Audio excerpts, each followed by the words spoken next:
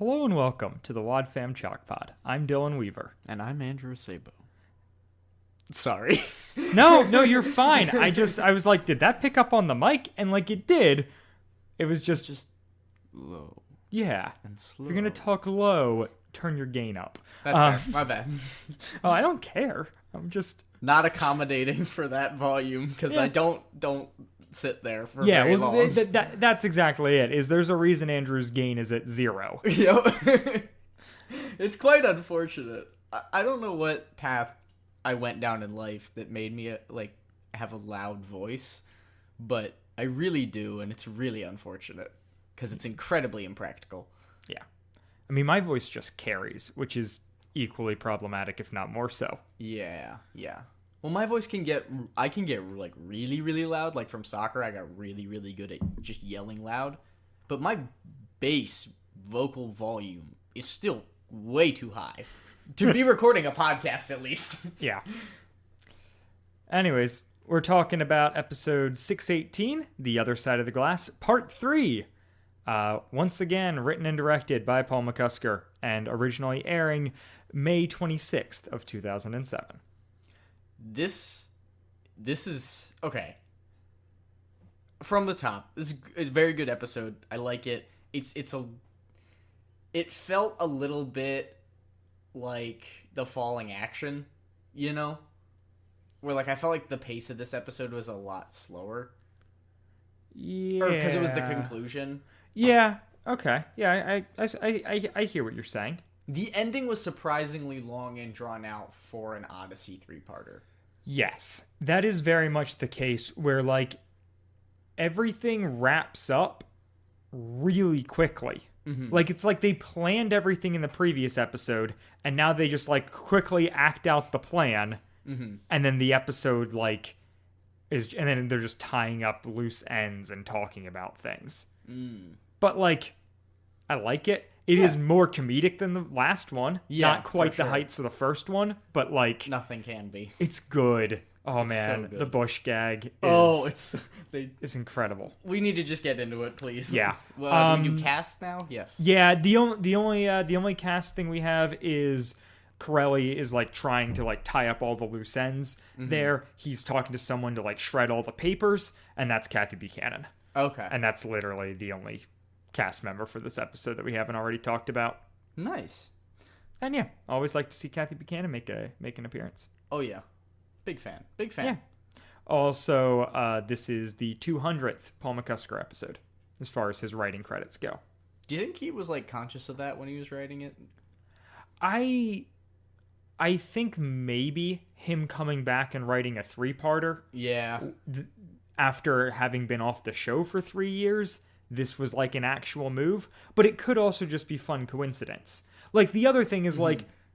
Were they aware when they did this Power Boy kind of superhero-y show that it started on episode 616, which is the canon Marvel universe for the comic books. Yeah. 616 is Marvel's version of DC's 52 mm-hmm. as far as being a really important number. And so it's kind of it's a fun coincidence that these kind of comic booky episodes start with 616. Yeah. And I think that's just pure coincidence. Man. Whereas I think the Paul McCusker thing is maybe on purpose. Okay. But who knows? Who knows? If you know, write at us. Write to us. Yeah. All right, so yeah, with the kind of contexty stuff there off the top. I guess it's the last episode on the Moment of Truth album, if anybody cares. Yeah, so, I mean, okay. So this episode obviously picks up right where the last one left off, and the last episode really established the actual problem. So, we had the answer in the first episode of where is this mark coming from, and they traced it back to the factory and some problems that were there. And then last episode we found out that the factory itself is the problem, and there's these weird labor practices. And this episode is just nuts. So last episode ends with Wooten getting kidnapped, right? Essentially. Yes. Yep. He is in the woods talking with Joseph. Yeah. And Henderson grabs him. Yeah. And so Henderson then takes him back to the factory? Yes, to a meeting room in the basement. Yeah. Because Wooten's got this whole thing about like, being I really left like alone your in the basement. secret. Well, I really like your secret lair. You've disguised it up really nice to look like a meeting room in a basement. Yeah. And Henderson goes, that's because it is a meeting room in the basement. Yeah. And then he like leaves, and Wooten's like, oh, I see what you're doing. You're gonna leave me down here to like stew with my thoughts and become intimidated. Yeah. And then he proceeds to like vocalize himself Slowly stewing with his thoughts and being intimidated. Like I love him being aware of like tropes and plot structure. Yeah. It's really, really fun. Well, and the thing is, Wooten is the kind of person that is just ruthlessly self-amused.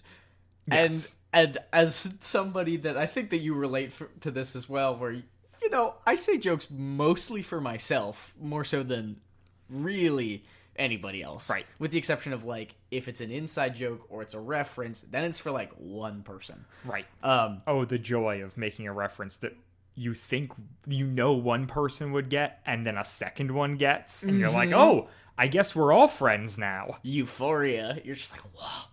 Look at this hit of dopamine I got. Whoa. And then in the middle of Wooten's spiraling and monologuing, Mr. Corelli shows up. Yep. And Wooten, like, jumps, very, very startled by the whole thing. And he's like, all right, Wooten, we got to talk about Joseph.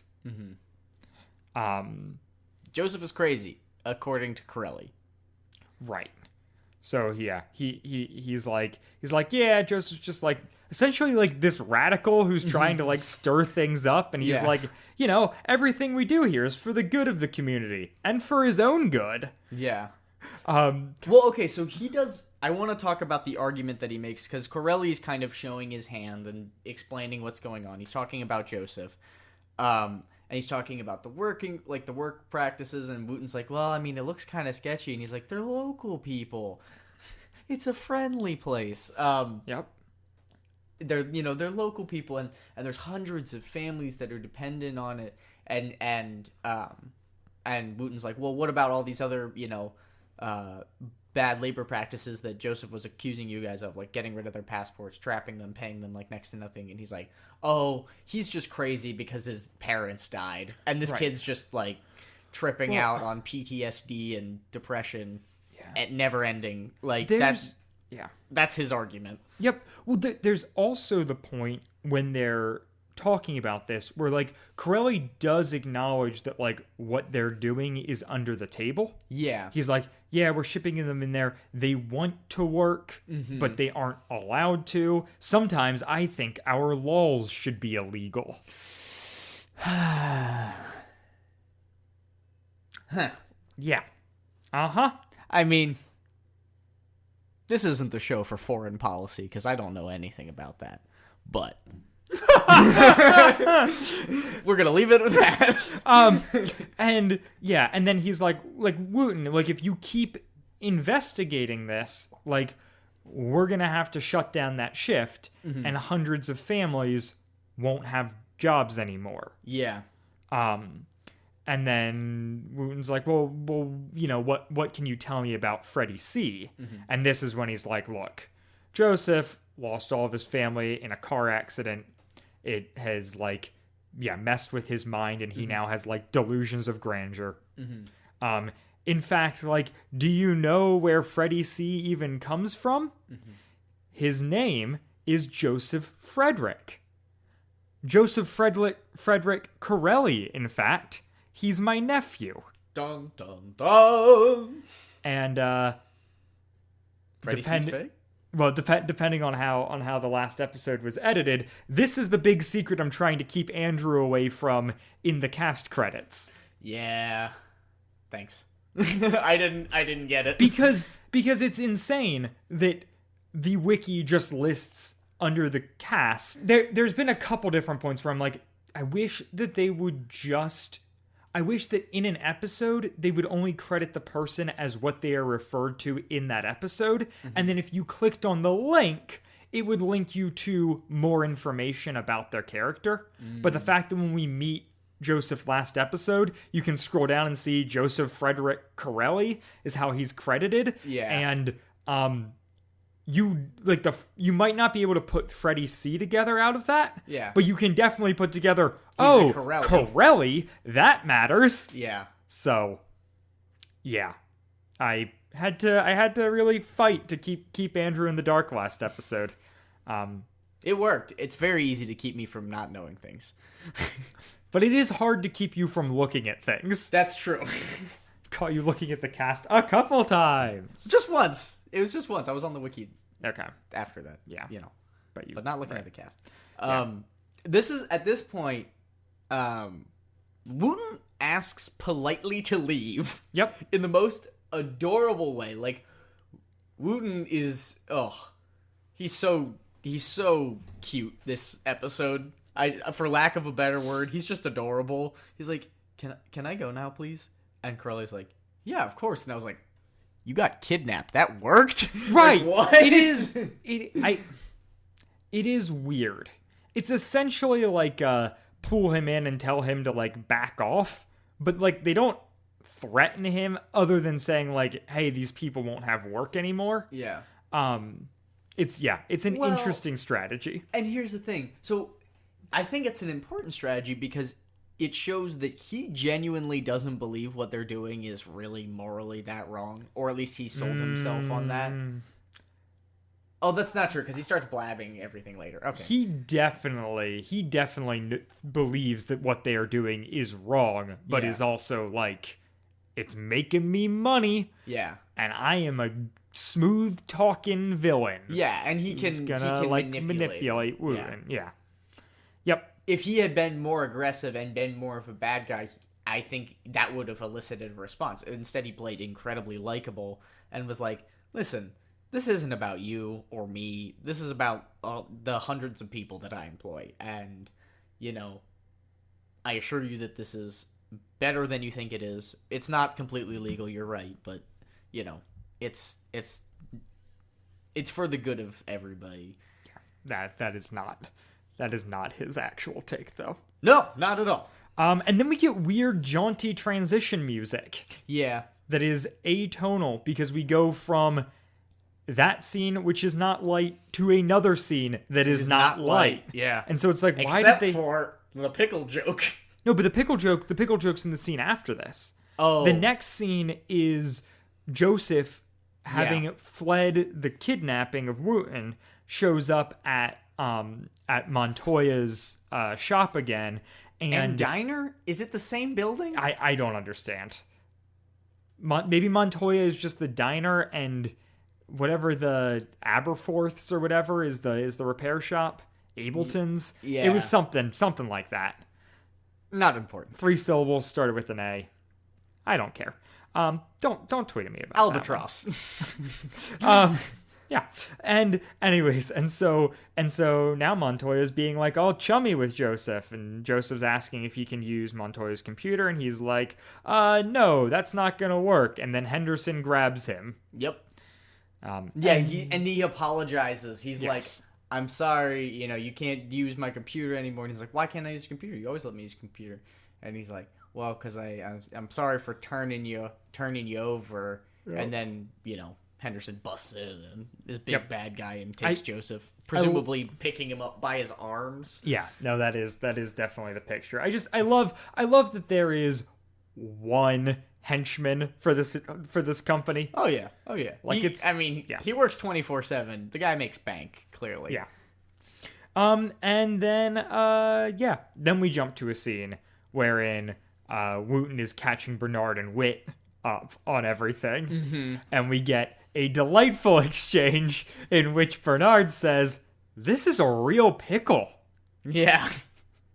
And is it Whit or Wooten? Whit's like, yeah, it's a problem, all right. Yeah. It's like, no. I mean, it's a real pickle. It tastes great. Yeah. Where did you find them? Yeah. To which I just love the mental image of Bernard sitting there snacking on pickles. Right. It's great. Pickles are a great snack. I think pickles are not a pickle fan. But... What? Yep. Okay. I think they're underrated, and this is why, right? They're incredibly flavorful if you like the flavor. Good not pickles a vinegar are really guy, good. so Yeah. Well, just get like dill. Like they're still really vinegar. No pickles. And they're super low in calorie. Because they're like 90% water and vinegar, which has no calories. And they're high in potassium? High in potassium and sodium. Tons of electrolytes because it's cucumber. Yeah, good. And you need that salt. Yep. I'm not above drinking pickle juice. I've done that on many occasions. I did it before I had POTS. Oof. And so then Whit's kind of like, okay, so like, what do we do? Like, do you guys trust Corelli? And Bernard and Wooten are both like, no. Yeah. That man has too much nostril hair. Yeah. Yeah. What? Okay. I'm glad that we're going to touch on this. Because then Bernard replies, it's like he shoved 2 mice up his nose.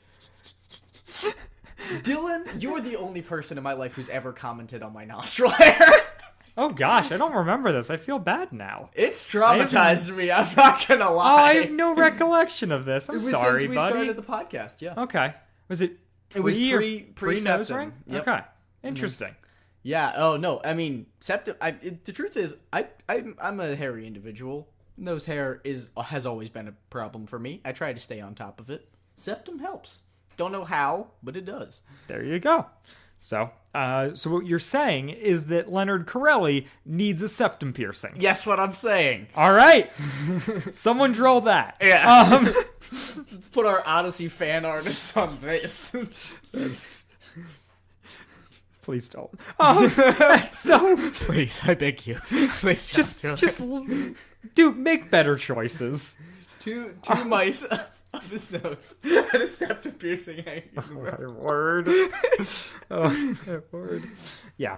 I'm picturing the giant nose from the cover of Out of Control. Oh yeah. Oh. The nose with like normal human legs. Uh-huh. From a BTV sketch, I believe. Yeah. Oh man. That is iconic. That nose. Mm-hmm. You never forget that nose. It's Connie screaming and pointing, and there's just a nose with legs. Yeah. Which... We digress. Yeah. Whit wants more evidence. Well, I mean... Well, they were right, more than just the nostril hair. Yeah. Wooten also is like then talking about like trying to go back and like get surveillance of the nostril hair. Like it's a long, funny, extended bit. Yeah. But then Wooten's just like, or Witch's just like, okay, so like, do you trust Joseph? And Wooten's like, yes. He used the Power Boy symbol for help. And Wit's like, good enough for me. Yeah. I mean, it's the right decision. No, it's the right decision. And you know that Wit is so giddy to be a part of this exchange. You know that he's just like teetering on the edge of like, okay, tell us that we're going to do this because I want to do this. Yeah, and like I think part of the point is that he trusts Wooten, not necessarily the Power Boy symbol for help. Yeah. But like Wooten's been following his instincts this whole time, and Wit is trusting that. And so, yeah. So then we cut to them staking out the factory. No, we don't. We're missing a line here. Very important. We're gonna need camouflage. Yes, right. Essential how else line. would we know that Bernard and Wooten are dressed as shrubberies, which I can't tell if the costume is really good or like absolutely pathetic, like somebody just like stuck twigs to them and like duct taped them. I don't know. I mean, these seem involved. I've listened to this episode twice, and each time I spent like the entirety of that scene just like debating how good are these costumes. Yeah. It is. Oh man, I love this. I love this bit. Oh yeah, and then That's Wit's so... like, they're complaining about the costumes, and Wit's like, yeah, I guess they didn't have a shrubbery in my No. Well, because Bernard's like, so why are Wooten and I the only one dressed as bushes? And Wit says, well, they just didn't have a plant in my size. Oh, that's it. Which I think is really funny. Yeah, but there's. Yeah, so they're scouting out the factory from a new location on a hill. There are guards hanging out in the parking lot where they had been in the previous night. And there's a little bit of concern of like, ooh, like, are the people gonna be there?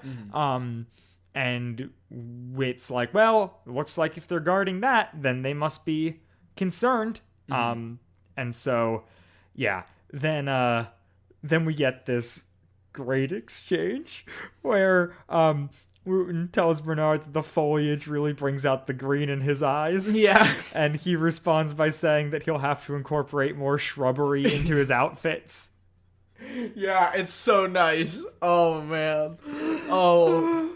And like that, the best part is that's the reveal that they are dressed as bushes. Yeah, that is the reveal. Yeah. Well, no, I mean, the Wit thing. No, but that comes afterwards. Oh. They first set up with the foliage really brings out the green in your eyes.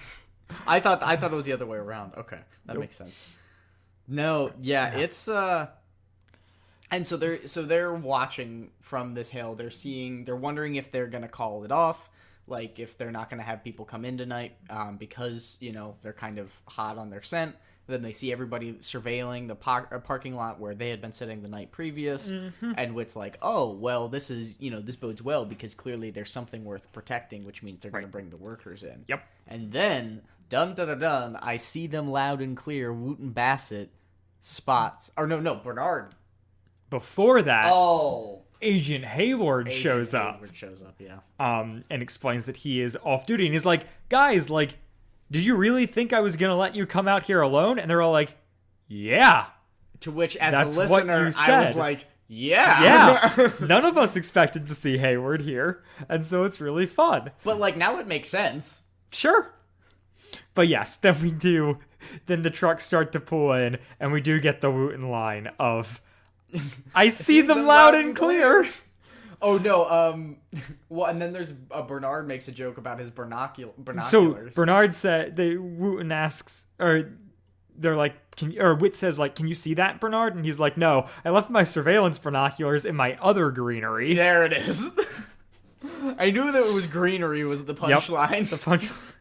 And so then, like, the fact that Bernard can't see gives the excuse for Wooten to just audibly narrate the entire thing. Yeah, it's amazing. It's so good. No, it's a great plot device. Because, like, Wooten does play this, like, very larger-than-life character, especially in these arcs, where it's, like, because it's in his character to write comic books, he is what makes it a comic book thing. And so by him narrating it, it kind of plays into that trope of, like, you're reading a comic book and there's the narrator panels of being like, oh, and, the escape begins. It's so good.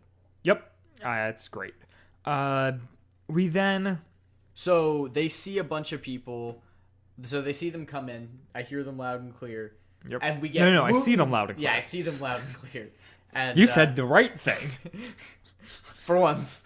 And then we get the best bit. The we're going to do some more waiting. And still a little bit more waiting. And if we're okay, we're going to do a little bit more waiting. And here they go! And then... Which, as a listener, I was like, okay, he's narrating. Yep. This is great. Whoa, Wooten is going hard into this bit. Was that written? I mean, I imagine so, but it's real fun. I mean, it's really fun. I wonder if that sounds like some improv-ish. Yeah, I don't know. I don't know how much of a role improvisation plays on Adventures in Odyssey. That would be a really interesting thing to talk about if we ever talked to someone who like worked on the show. Yeah. That is a writer, genuinely perhaps. Yeah. I mean, yeah, writer or director. I feel like they'd both have cast member insight into that. Yeah, even then. Anyways, so then we have then Henderson is seen dragging Joseph inside. And Wit turns to Hayworth and he's like, okay, like, is that enough? Like, can we do something? And Hayworth's like, yep, you guys stay put. And then, like, we cut and the police have surrounded the place. Yeah. And it's, like, incredible. And I love it that, like, Wit, Bernard, and Wooten all just, like, take the sidelines. Yeah. And also Hayworth is like, yeah, the police are gonna handle this. You civilians stay up here. Like, he's so much more responsible than, like, Borland being like, yeah, absolutely. Like, everyone can come on this, like, you know, me it's busting down the door. Basically, we're fine. Yeah. And so then the police have surrounded the building and are approaching with a battering ram. Yeah. And Wooten's still narrating. The police rush in, people are fleeing, and then in the middle of all this pandemonium, Henderson comes out the side door with Joseph, and Wooten's not. Yeah. Or like, and Wooten sees it, and none of the police do. Yeah, because Joseph and Corelli sneak out, obviously, so the police don't see them. Wooten's like, it's actually Henderson, not Corelli. Oh, you're right. Wooten's like, I gotta get down there. I gotta stop them. This road, like, will drop me right in front of them. I can jump out in front of them, or presumably that's what he does. And then Whit and Bernard run to tell name of officer. Right. What's his name? Hayworth? Hayworth, there it is. So this is an interesting thing that that's not clear in the episode, because this isn't something that Odyssey normally does in their editing, but we go from that to, like, we go from Henderson coming out of the side door to then a scene. Well, so then Wooten runs after them, tells Whit and Bernard to meet him in the meeting room. Whit explains everything to Hayworth. Yeah. We then go to Corelli. Nope, Mr. Walton, you've got to get out of that bush. Fair enough. We need to hit all the Bush jokes. Yep. Oh, another Bush joke we missed. Agent Hayworth told them to change because they would ruin his credibility. Yes. Very good. But really carrying up with all these. Yeah. Keep track of the Bush jokes. I like it. So the thing here is that the way it plays out, it almost seems like this is a jump back in time. It does. Where Wooten sees them exiting the building and runs down the hill towards them. The only thing I can think of is, like, maybe there's a separate warehouse and, like, office building. Yeah. So they exit the office building, or they exit the warehouse, go to the office building, but then we get a scene of Corelli and Joseph and Henderson down in the basement, and this is where Kathy Buchanan's person comes in, and they're shredding papers and kind of freaking out. And then, like, why wouldn't they take all of that stuff with them? I don't know, because they don't need the information. Oh, okay. And so then they exit, all three of them together, and go to the car. Yeah. So the thing I'm unclear of is kind of how that happened, how that all happened logistically, and like, yeah, like, so they just go to is it a separate building? They walked out, they went to the office, they talked to Corelli, then they go to the car, and during that time is when Wooten's running down the hill? Yeah. Or did this happen prior?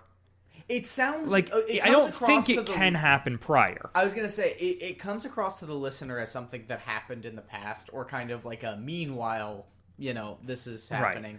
Right. But so, Odyssey, like, never really simultaneous. Like that. See, that's the thing, is I didn't think about it until that point. But Odyssey, and I think because to a level, like, you have to do it as an audio show, it is so linear that it's weird if that was intended as a jump back. Yeah. But it's also weird if, like, Wooten's running down the hill and they go into another building and then they come out and get in a car and start driving and then Wooten reappears. Yeah. Both things are weird. For a show that depends so much on, like, linear understanding, it does not follow time well.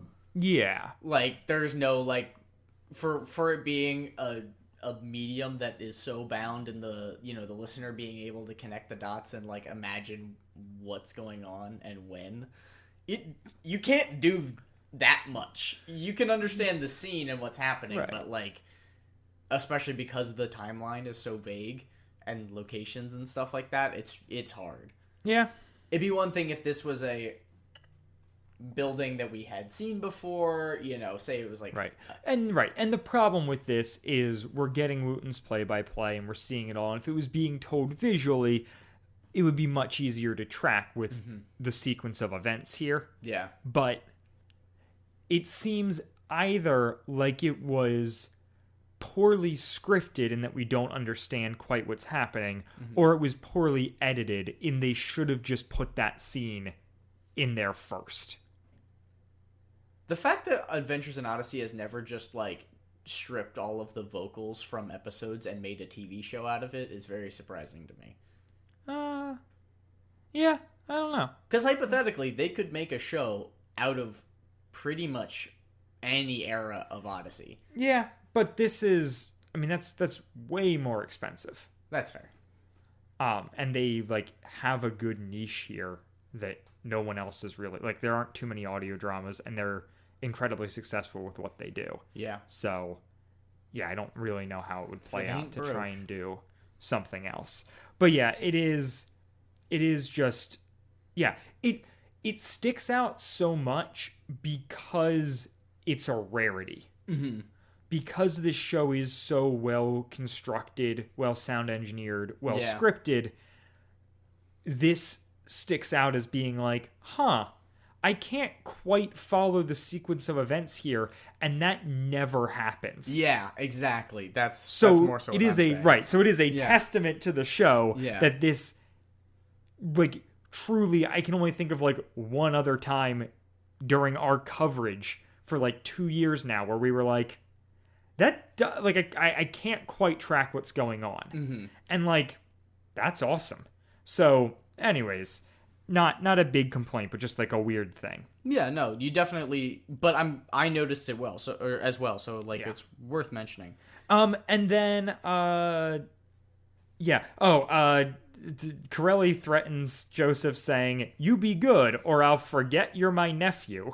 Yeah. As they drive away in the car. I can't quite tell if that means he's going to kill him or just disown him. I think it's truly I am cutting you slack currently because you're my nephew. Yeah. If you keep this up, you will not get cut any slack. That makes a lot of sense. It comes across as you're on thin ice type situation. Right. Which is I mean, he is. And so then Wooten leaps onto a moving vehicle dressed as a bush. Yep. Yeah, that's a powerful image. And also, is he jumping down from a tree? I don't think so. I genuinely think he's in front of the car and then jumps up onto it. Okay. Because of like the way they talk about it, of like what's that? And then we hear the thump. Yeah, I'm thinking this is a pretty good costume. I'm thinking this is like some Oh, sort there are branches involved. Yeah. Because they turn the windshield wipers on to try and get him off. Yeah. And he goes, "Oh, it's tickling my branches." Yeah, it's got to be. I'm guessing some little theater stuff. I cannot imagine how you are hanging on to like. It's so hard to hang on to a moving car, period. Yes. And you are dressed as a bush. Yeah. In the middle of the night. Jeez. And these people are, like, out to get you. And he's also not a particularly fit fellow. Yeah, apparently not. Because he's too fat to be a cop. Yeah. Wow. Yeah. And then Henderson slams on the brakes at Corelli's recommendation, and Wooten goes flying off. And you're like, oh no, they're going to get away. But the police sirens go on. It worked.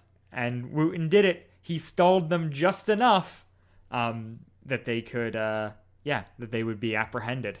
So, well done, Mr. Bassett. Do you think this outfit would look good with a cape?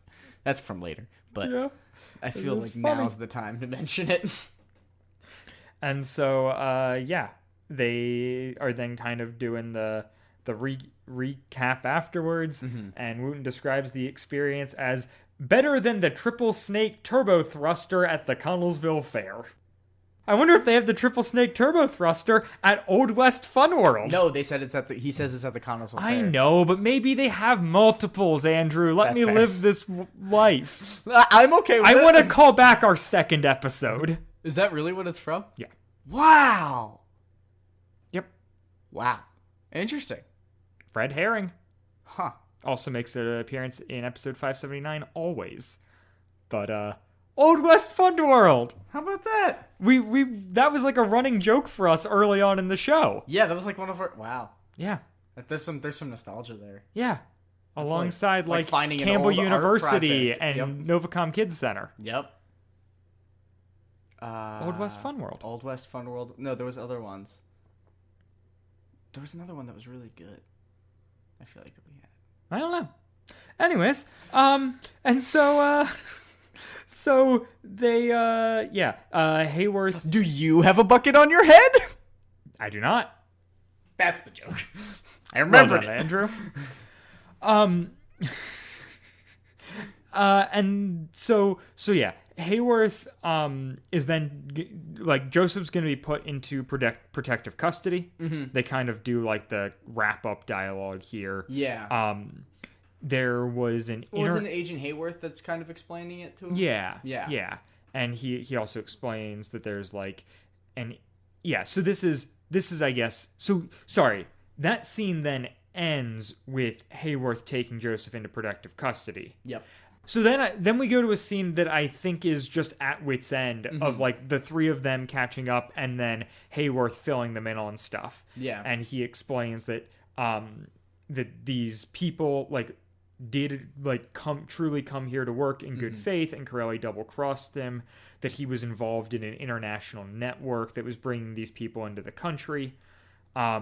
Wit then asks what's going to happen with the workers, and I wish we got a more clear answer from Hayworth. He's just kind of the community leaders are working on that. Yeah, he basically is super vague, and he's like, the community leaders are going to handle, getting these people settled in housing and stuff, which essentially just implies they're going to get a bunch of social workers to help them get through whatever they need to get through, get them hooked up with housing services and stuff like that. Yeah. It seems like things are going to go well. And he brings up that the president of Seawright is committed to keeping them on and navigating that whole thing. Which at that point I was like, wait, Corelli wasn't the president? Yeah. And then I looked it up on the wiki and he's just listed as a manager. So somehow the president didn't know about all the illegal workers overnight. He's just a really great manager. But yeah, apparently. And so profits are at an all-time high. Right. Because we're not secret slave labor. Right. There's a lot of money that's just not going to paychecks but disappearing. Yeah. Who knows? And so but it's all going to pay that one guy, that one guard. Yeah. And there is also a hint that maybe the president is involved, but they just can't nail him down on it. Yeah. And he does seem like he's going to try and do the right thing. Yeah. And then he goes on to explain that Joseph is with a foster family. But Hayworth does arrange for Wooten to go see him. Yeah. And it's so sweet. That's our final scene of the episode. Is this great exchange between Joseph and Wooten, where Wooten's just kind of hey, so why the whole thing with Freddie C? And Joseph's like, well, if I'm the secret identity, Freddie C is the superhero. And and then Wooten asks about the glass, and he's like, Joseph explains he put that symbol on the glass not knowing that it was going to be found, but just kind of as something to do. Yes. And I did that once, and I got a fine for littering. Yep, that is Wooten's quote, not Andrew. Nope. No, never gotten fined for littering, although there have been times where I should have been. Sorry. This is a safe space for me to be honest, right? Maybe? Uh-oh. Sure. Cancel Andrew, Chalk Squad. He's littered. That's the thing that's going to drive the listeners away. And then, Wooten's like, no, like, Joseph, you didn't need Freddie C to be a hero. Like, you're a hero. You know, anyone who fights for truth is a hero. Yeah, that's in the Power Boy Code of Conduct or something like that. And then Chris goes on to explain in the outro that it's also in the Bible. Yeah. The thing I was like, wait, does this happen in this episode? And I think no. I think it's something that happens in like a Grady thing. But where I was like, I really wanted Wooten to then hand Joseph a Power Boy comic that in some way referenced Freddie C. Yeah. And him just be I like... I kind of presumed that was how that was going to end. And Joseph just being like, oh, like, how'd you pull that off? And him just being like, oh, like, I have connections or whatever. Yeah, I think I've heard that episode. Yeah, and I was going to say, I think that is a different episode that I'm confusing here, but it did feel like they were really building to that. Yeah, it really did. Like, oh, he's in the, he has a new mentor. Yep. Both times listening through, I was like, kind of.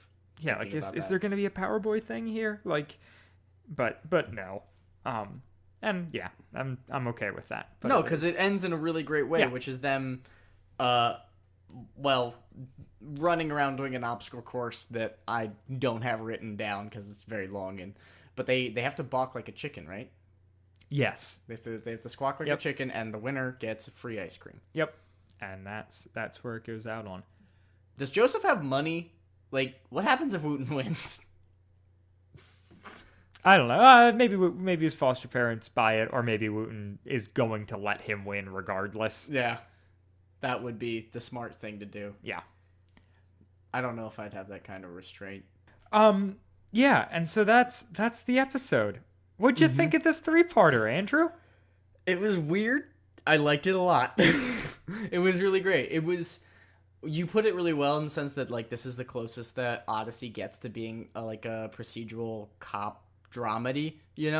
And I really like that because I like procedural cop dramedies and all the comic book flair, and you get a lot of Wooten, and you get a lot of good Wooten, Like sometimes I feel like the Wooten being the class clown, the butt of every joke thing is kind of is the role he plays. Right. He can be a little too Harlow Doyle sometimes. Yeah. Where it's like, oh, like Bernard is a joke machine, but he matters as a character. Yeah. Harlow is a joke machine, and that's it. Yeah, and he's allowed to be the butt of every joke, whereas Wooten's a character. But Wooten, depending on who's writing him and what the episode needs, can just be pure comic relief. But then with stuff like this and stuff like when he takes Connie to the fair, and like we definitely get our fair share of Wooten being like a fleshed out character. He's Wooten and Penny and Eugene and Katrina are like kind of the foundation of Odyssey now. Okay. Like they're very plot centric characters. Interesting. Because it's kind of like their young families and we got to focus on them. Yeah. Focus on me. I cannot believe that I have only made that joke like 100 episodes in. Yeah. You've got to really focus. I mean, we could have made that joke before. Who knows? But we wouldn't have no way of knowing. Not like we don't have all of these stored on your hard drive. Yeah. Still. I'm not listening to them all again. Nope.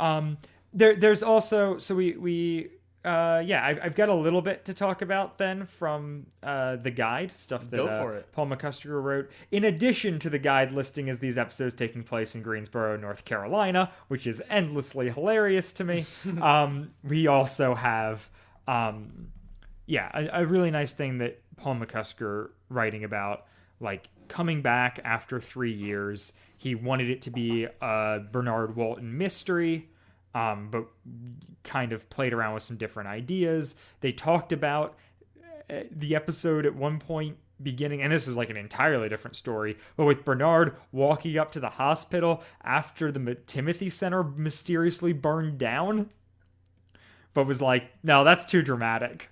So they decided to do it something fun, and they're like, well, if it's a Bernard mystery, it's got to be something with windows. Yeah. And so the initial idea was writing help on the windows, but then they were like, oh, we'll rope Wooten into this and make it a Power Boy thing.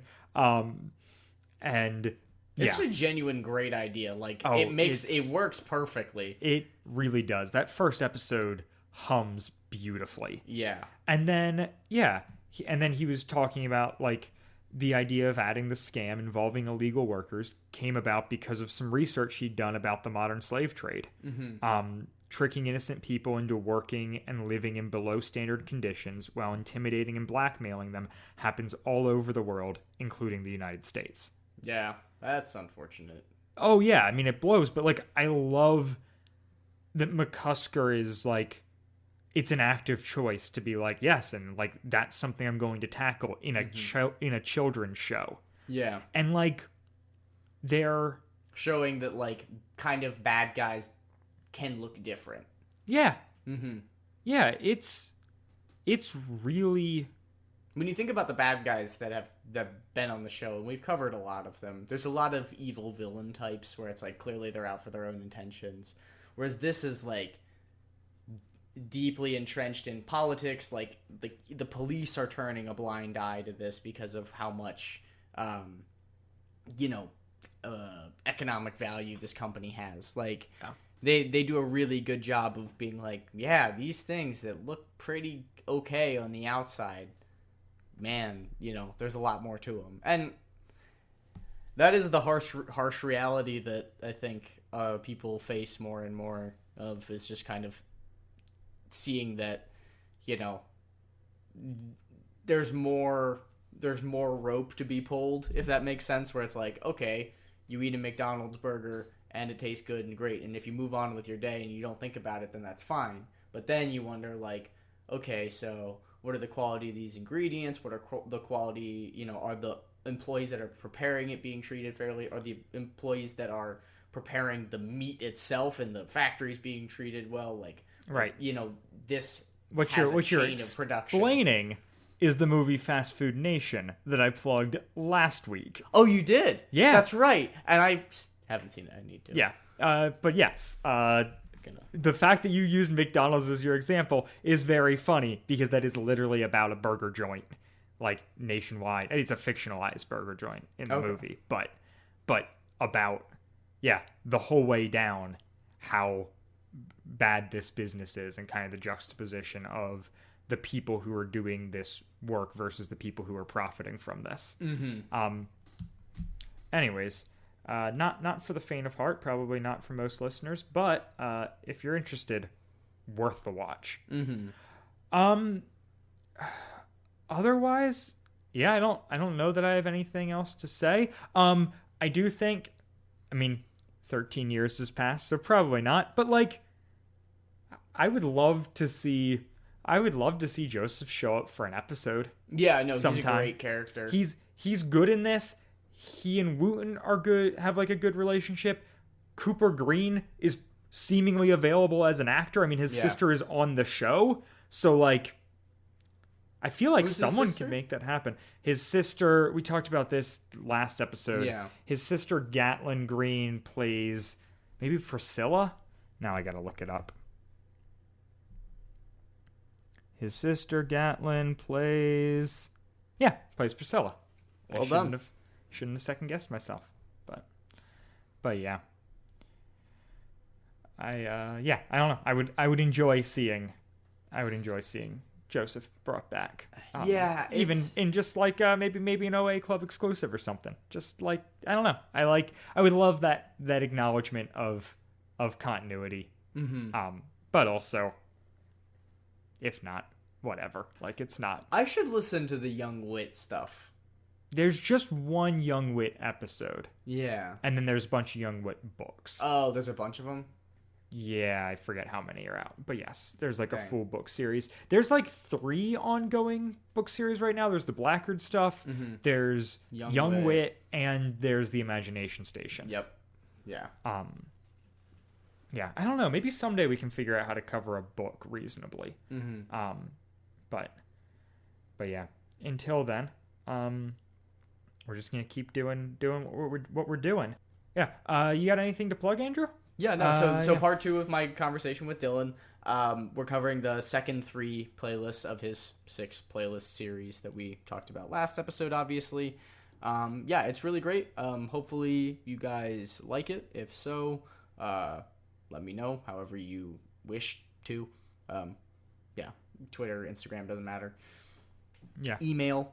But yeah, it was a lot of fun. It was really fun to record with you, and yeah, hopefully I can record some other episodes for that show as well in the future. Anything for you? I don't have any plug stuff at the moment. So talking about kind of where we're headed, we've got a bunch of things in the works. We've got some guest episodes, and we've got some thoughts on what we're gonna do kind of come fall, as far as like covering more of an arc or something like that. Kind of we'll see what happens and keep you posted. And then regarding next week, we have an episode I'm very excited about. We have a guest that is near and dear to my heart, coming on to talk about The Chosen One, Part 1. So that should be super fun. Are we going to say the guest's name? We never have in the past, I don't think. We always just say we have a guest. Oh, okay. Special guest you don't know. Yeah. Suspense. I didn't realize that was a thing we did. I mean, it's not like it's a secret, but also like, why say it? That's fair. Anyways, so we will see you in a week, talking about The Chosen One with a guest. And tune in for that. Have a good one. Bye, guys. Bye. WadFam Chalk Pod is a presentation of the Lidditz Podcast Co-op. This show is a fan podcast and has no official affiliation with Adventures in Odyssey or Focus on the Family. As such, the copyright is ours under Creative Commons. Follow the podcast at WadFamChalkPod on Twitter and Instagram, or email us at wadfamchalkpod@gmail.com. The Other Side of the Glass, Part 3, was hosted by Dylan Weaver and Andrew Sabo, and edited by Dylan Weaver. And I'm Nathan Haverstick, hoping you'll join us again next time for more of the Wad Fam Chalk Pod.